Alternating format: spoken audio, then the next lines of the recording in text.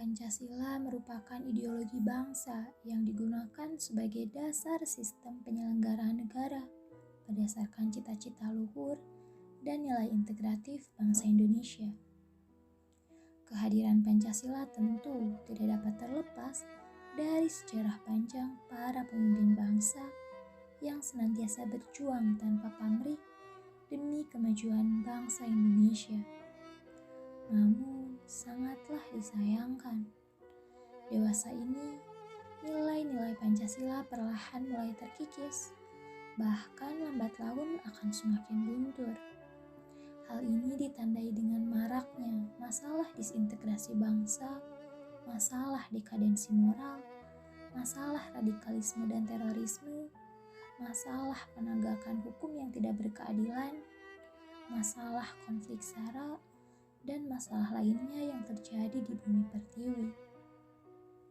Jika hal tersebut dibiarkan, maka akan mengganggu kelangsungan hidup bangsa Indonesia. Hal ini relevan dengan teori kausalitas Notonegoro yang mengatakan bahwa penyimpangan terhadap nilai-nilai Pancasila dapat berakibat terhadap terancamnya kelangsungan suatu negara.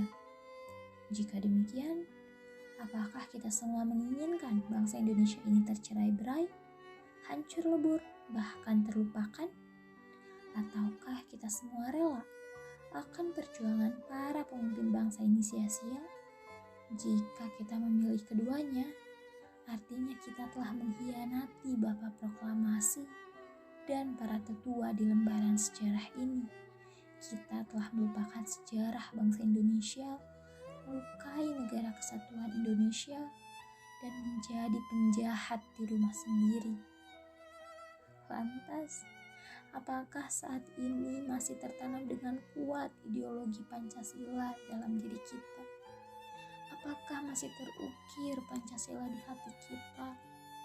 Jika tidak, lantas dikemanakan ideologi Pancasila kita ini jika tidak terpatri dalam diri kita sendiri?